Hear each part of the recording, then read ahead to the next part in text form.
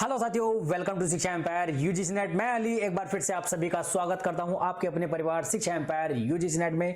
तो साथियों, कैसे हैं आप सभी? जल्दी से कमेंट करें, बताएं। और आज जो हम देखेंगे वो हायर एजुकेशन की कौन से नंबर की क्लास होने वाली है? 16 नंबर की क्लास, यानी कि 16 नंबर की क्लास हमारी आज होने वाली है, जिसमें हम बहुत ही मोस्ट इंपोर्टेंट कमेटी को शुरू करेंगे, है ना। कौन सी कमेटी होगी? यशपाल कमेटी, जो कि आज तक तुमने बहुत ज्यादा नाम सुना भी होगा। यशपाल कमेटी, यशपाल कमेटी क्या है? यशपाल कमेटी क्या क्या इसके अंदर रिकमेंडेशंस रही हैं, उन सभी पॉइंटों को हम जानेंगे जिनसे क्वेश्चन बनते हैं, है ना। जिनसे क्वेश्चन बनते हैं उन सभी पॉइंटों पर आज हम डिस्कस करेंगे। जो बच्चे आज हमसे नए जुड़े हैं उनसे रिक्वेस्ट है कि पुरानी क्लासेस देखना बिल्कुल ना भूलें, क्योंकि पुरानी क्लासेस देखोगे तो तैयारी तुम्हारी अच्छी होगी। बहुत ही डिटेल में हमने क्लासों को शुरू किया है, बिल्कुल बेसिक से एकदम जीरो से स्टार्ट की हैं क्लासें। और पहली यूनिट, दूसरी यूनिट, चौथी यूनिट कंप्लीट हो चुकी है। 10 नंबर की यूनिट चल रही है ना। जो हमारी लास्ट यूनिट है हायर एजुकेशन, वो यूनिट चल रही है। और उम्मीद करता हूं जो पुराने बच्चे जुड़े हुए हैं उनसे उम्मीद है कि वो पुरानी क्लासेस देखे हुए होंगे, क्योंकि उससे आगे चीज, देखो आगे की चीज पढ़ने का मजा तभी है जब हम पीछे की चीजें पढ़े हुए होते हैं अच्छे से, और उनके साथ साथ नोट्स भी बनाए हुए होते हैं। ठीक है, तो यहां हम यशपाल कमेटी को शुरू करेंगे।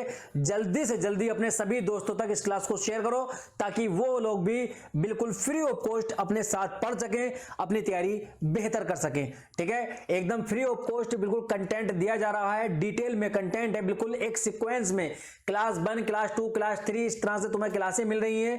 ठीक है, परेशान होने की कोई जरूरत नहीं है, परेशान होने की कोई जरूरत नहीं है। देखो, अगर तुम दोगे, यानी कि कहीं अगर तुम पेड क्लास ले रहे हो ना, तो पेड क्लास में 5-5 हजार 6-6 हजार रुपए दे करके तुम ये कोर्स पढ़ते हो, वहां भी मैं मानता हूं कि इतना डिटेल में तुम्हें कंटेंट नहीं मिलेगा, इतना डिटेल में कंटेंट नहीं मिलेगा जितना डिटेल में मैं करा रहा हूं।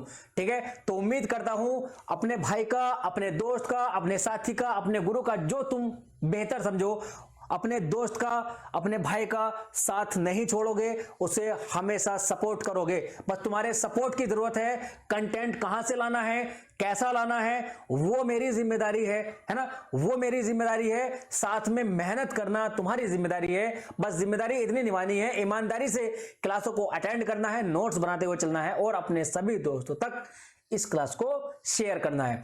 ठीक है, तो शुरू करते हैं। आज हम यशपाल कमेटी को देखेंगे। यशपाल कमेटी क्या है ना। यशपाल कमेटी की क्या क्या रिकमेंडेशंस हैं, यशपाल कमेटी का नाम क्या है, और किस लिए ये हमारे सामने यहां फेमस होती है, तो सब देखेंगे। यहां पहले पॉइंट से हम चर्चा करेंगे।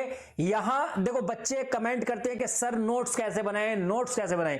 देखो, नोट्स बनाने का मैं हमेशा कहता हूं कि कोई भी स्पेसिफिक तरीका नहीं होता है।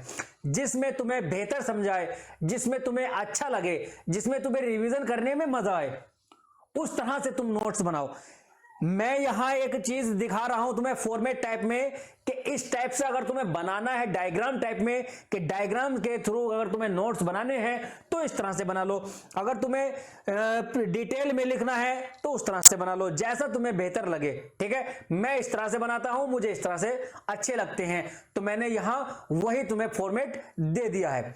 ठीक है बच्चा, तो यहां पढ़ते हैं। शुरुआत करें, बोलो शुरुआत करें। एनर्जी लेवल कैसा है? हाई है ना। एनर्जी लेवल को डाउन मत होने देना। ठीक है, तो यहां देखते हैं committee on renovation and rejuvenation of higher education, उच्च शिक्षा के नवीनीकरण तथा पुनर्जागरण, यानी कि पुनर्जीवन सलाहकार समिति, इसका नाम है। ये क्या नाम है बच्चा इसका? इसका नाम है उच्च शिक्षा के नवीनीकरण, यानी कि जो हायर एजुकेशन है, जो हायर एजुकेशन है, हायर एजुकेशन में क्या करना, हमें रेनोवेशन करना है, और क्या करना है, पुनर्जागरण करना है, यानी कि रेजुविनेशन करना है ना।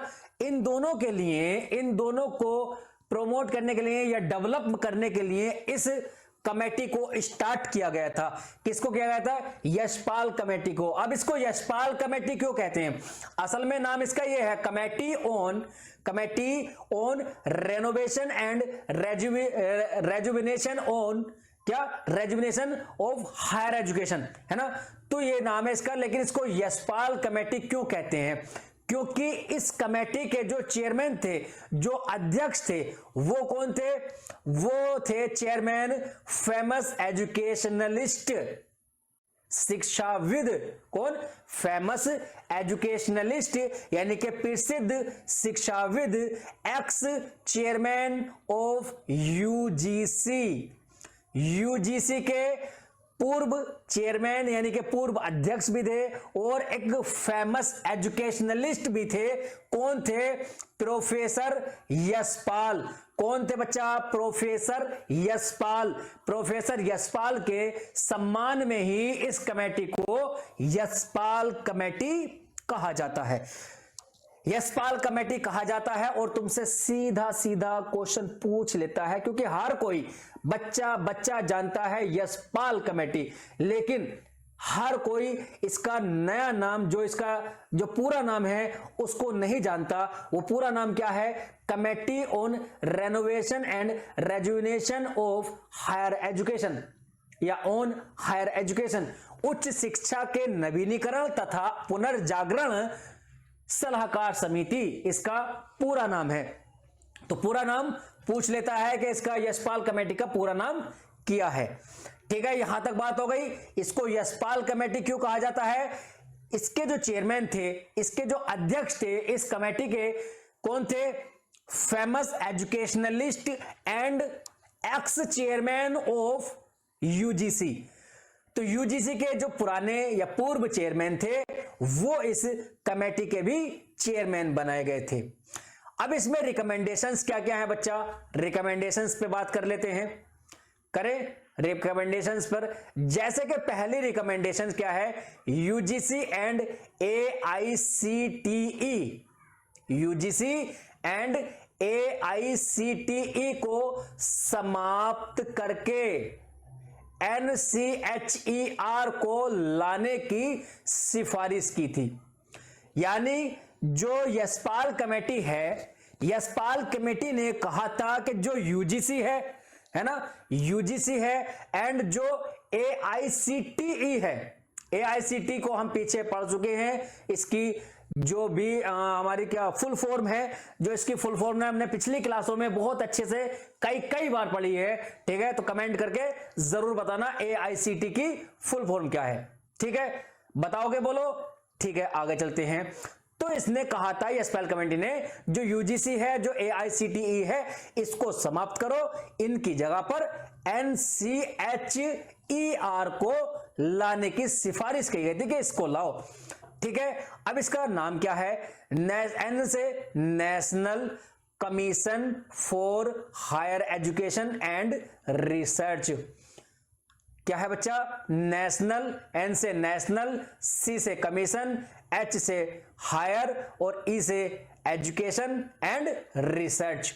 ठीक है, ये किसके लिए था? ये किसके लिए? एनसीएचईआर किसके लिए? फॉर हायर एजुकेशन को सिस्टमैटिक बनाने के लिए। यानी कि जो हायर एजुकेशन है, हायर एजुकेशन बिखरी हुई है ना। हायर एजुकेशन क्या है? बिखरी हुई है। हायर एजुकेशन को एक सिस्टमैटिक बनाना है, तो उस हायर एजुकेशन को सिस्टमैटिक बनाने के लिए एनसीएचईआर की शुरुआत करने की सिफारिश कही गई थी। किसकी जगह पर? किसको समाप्त करके? यूजीसी एंड एआईसीटीई को। ठीक है, यूजीसी एंड एआईसीटी को समाप्त करके शुरुआत करने की बात कही गई थी एनसीएचईआर को। ठीक है, यहां एक टेलीग्राम ग्रुप है, इसको ज्वाइन कर लेना पीडीएफ के लिए, है ना। पीडीएफ मिलती रहेंगी तुम्हें, इंपॉर्टेंट इंफॉर्मेशंस मिलती रहेंगी, डाउट्स तुम्हारे वहां क्लियर होते रहेंगे। ठीक है, उसके साथ में तुम आपस में जो तुम्हारे दोस्त हैं वो जुड़े हुए हैं वहां पर, उनसे तुम डिस्कस कर सकते हो किसी भी पॉइंट पर। यहां लाइक करना है क्लास को और शेयर करना है और अपने परिवार को ज्यादा से ज्यादा बढ़ाना है, अपने सभी दोस्तों को इस परिवार का, अपने एक परिवार का हिस्सा बनाना है। ठीक है, यहां पहली चीज हो गई यूजीसी एंड एआईसीटीई को समाप्त करके एनसीएचईआर को स्टार्ट करने की सिफारिश की गई थी। दूसरा पॉइंट आता है यूनिवर्सिटीज कि एक फॉर्म यानी कि स्वरूप हो, यानी जो विश्वविद्यालय हैं, विश्वविद्यालयों का एक स्वरूप होना चाहिए, यानी कि यूनिवर्सिटीज की एक फॉर्म होनी चाहिए, है ना। यूनिवर्सिटी की एक फॉर्म हो, जहां पर यूनिवर्सिटी की फॉर्म हो, स्वरूप हो, जहां कृषि यानी कि एग्रीकल्चर हो, जहां मैनेजमेंट हो, जहां इंजीनियरिंग हो, जहां साइंस एंड टेक्नोलॉजी हो और जहां सोशियोलॉजी हो, है ना। इन सभी सब्जेक्ट के लिए सेपरेट इंस्टीट्यूट खोलने की जरूरत नहीं है, यह कहा गया है। जैसे कि तुमने सुना होगा कि पहले क्या होता था कि कृषि के क्षेत्र के लिए अलग इंस्टीट्यूट खुला हुआ है, एग्रीकल्चर के लिए, है ना, अलग खुला हुआ है, मैनेजमेंट के लिए कोई सेपरेट इंस्टीट्यूट है, ठीक है, इंजीनियरिंग के लिए सेपरेट है, साइंस एंड टेक्नोलॉजी के अलग है, सोशियोलॉजी के लिए अलग है। तो कहा गया है इसमें कि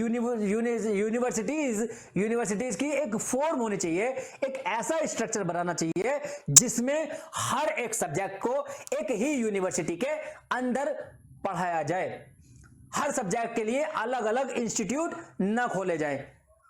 इसलिए एक यूनिवर्सिटी बनाई जाए जिसमें हर सब्जेक्ट को पढ़ाया जाए, हर क्षेत्र से, हर फील्ड से रिलेटेड सब्जेक्ट वहां पढ़ाए जाए। अलग अलग सब्जेक्ट के लिए अलग अलग इंस्टीट्यूट खोले जा रहे हैं, ऐसा नहीं, ऐसी इसकी जरूरत नहीं है, ठीक है। बात समझ में आ गई? बोलो। तो यहां तीसरी रिकमेंडेशन देखते हैं इसकी, बहुत बड़ी बड़ी और मोस्ट इंपोर्टेंट रिकमेंडेशन है इसकी, ठीक है। सबसे ज्यादा क्वेश्चन भी इससे पूछते हैं। तो यहां आते हैं हम डीम्ड यूनिवर्सिटीज की, है ना। डीम्ड यूनिवर्सिटीज को सिस्टमैटिक प्रोसेस फॉलो करना चाहिए। जो डीम्ड यूनिवर्सिटीज होती है ना, डीम्ड यूनिवर्सिटीज को हम आगे पढ़ेंगे, डीम्ड को पढ़ेंगे, प्राइवेट यूनिवर्सिटीज को पढ़ेंगे और स्टेट यूनिवर्सिटीज को, सेंट्रल यूनिवर्सिटीज को, सबको पढ़ेंगे अच्छे से। तो यहां जो बात कही गई है वो डीम्ड यूनिवर्सिटी की बात कही गई है।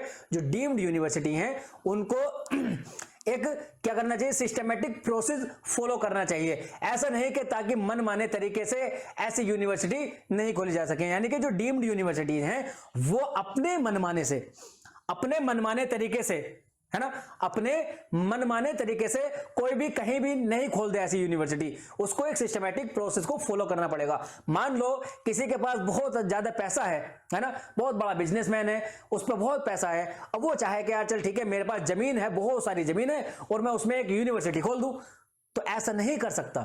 उसको यूनिवर्सिटी को खोलने के लिए भी एक सिस्टमैटिक प्रोसेस का फॉलो करना पड़ेगा, ठीक है। तो इस बात को कहा गया है। तो पहले ऐसा ही होता था, बहुत बहुत बड़ी जगह थी, ठीक है, पैसे थे तो खोल दी यूनिवर्सिटी, चलो जी आ जाओ बच्चे पढ़ लो।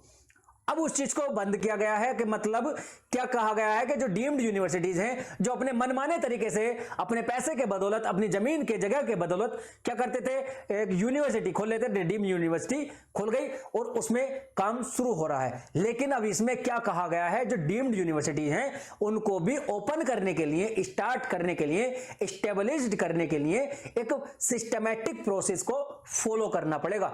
ऐसा नहीं है कि मनमाने तरीके से अपने पास पैसा है तो कहीं भी यूनिवर्सिटी खोल दो, कैसे भी खोल दो, ऐसा नहीं करना है, ठीक है। तो आगे चलते हैं, बात करते हैं, आगे देखते हैं और कौन सा पॉइंट आता है इसमें। 3 पॉइंट हमने देख लिए हैं, 3 रिकमेंडेशन, बहुत बड़ी रिकमेंडेशंस हैं, ठीक है। अब यहां देखते हैं, डीम्ड यूनिवर्सिटी की बात हो गई थी ना, ठीक है। चौथा पॉइंट है attention for foreign universities in India, यानी कि जो भारत में जो विदेशी यूनिवर्सिटीज आ रही हैं, भारत में जो विदेशी यूनिवर्सिटी खोली जा रही हैं, उनके तहत या उनके अनुरूप क्या करना है, हमें सहज रहना पड़ेगा, सावधानी बरतनी पड़ेगी, है ना। अटेंशन रहना है, अटेंशन रहना है, attention for foreign universities in India, यानी कि भारत के अंदर जो विदेशी यूनिवर्सिटीज खुल रही हैं, विश्वविद्यालय खुल रहे हैं, उनके खोले जाने के लिए हमें सावधानी बरतनी पड़ेगी। यह कहा गया है यशपाल कमेटी के द्वारा कि जो कमेटी है, जो लोग हैं, उनको क्या करना है कि जो विदेशी यूनिवर्सिटी भारत के अंदर खुल रही हैं, उनके खोले जाने से हमें सावधानी बरतनी है या सावधानी बरतें, ठीक है। बात समझ में आ गई? बोलो, समझ में आ रही है ना? सिंपल तरीके से मैंने यहां पॉइंट्स लिखे हुए हैं और पीडीएफ तुम्हें मिल जाएगी, नोट्स बिल्कुल सेम बना लेना, दिक्कत में नहीं होने वाली है, ठीक है। यहां देखते हैं 5वां नंबर, आईआईटी एंड आईआईएम को क्या करना पड़ता है जी, यूनिवर्सिटी की लाइन में डेवलप करो। यानी कि जो आईआईटी हैं, जो आईआईएम्स हैं, उनको यूनिवर्सिटी की लाइन में डाल दो, है ना। अलग से इंस्टीट्यूट नहीं, उनको एक यूनिवर्सिटी के तौर पर डेवलप करो, ठीक है। आईआईटी की फुल फॉर्म है इंडियन इंस्टीट्यूट्स ऑफ टेक्नोलॉजी और आईआईएम की इंडियन इंस्टीट्यूट्स ऑफ मैनेजमेंट। यानी कि आईआईटी क्या है, टेक्नोलॉजी के लिए है, और आईआईएम क्या है, मैनेजमेंट के लिए है, प्रबंधन के लिए है। ठीक है बच्चा, समझ में आ गई। अब यहां छठा पॉइंट है कि आईआईटी एंड आईआईएम में एडमिशन जो होगा वो कैसे होगा, ग्रेजुएट रिकॉर्ड एग्जाम। यानी कि हमारे जो डिग्री एग्जाम होते हैं, जो ग्रेजुएशन के एग्जाम होते हैं, ग्रेजुएशन के एग्जाम के जो रिकॉर्ड्स होंगे उनके अनुसार ही आईआईटी एंड आईआईएम में एडमिशन लिया जाएगा या फिर दिया जाएगा। यहां तक बात हो गई। ये इसके पॉइंट्स हैं, यहां तक हमने इसमें चर्चा कर ली है और बहुत अच्छे से डिस्कस भी किया है। कोई कंफ्यूजन हो, कोई दुख हो, कोई दर्द तकलीफ अगर हो तो कमेंट करके जरूर बताएं, ठीक है। और फिर भी अगर, ठीक है, पीडीएफ वगैरह चाहिए, अगर पीडीएफ वगैरह चाहिए या डाउट्स क्लियर करने हो या अपने साथियों से कुछ भी डिस्कशन करना हो तो जाकर के टेलीग्राम ग्रुप को ज्वाइन कर लें। उसका लिंक जो है, टेलीग्राम ग्रुप का लिंक डिस्क्रिप्शन में मिल जाएगा, डायरेक्ट वहां पहुंच जाओगे, ठीक है। तो उसको ज्वाइन कर लेना। मिलते हैं अगले सेशन में, तब तक के लिए हंसते रहें, मुस्कुराते रहें, अपनों और अपनों का बहुत सारा ख्याल रखें। धन्यवाद, टेक केयर, बाय, जय हिंद।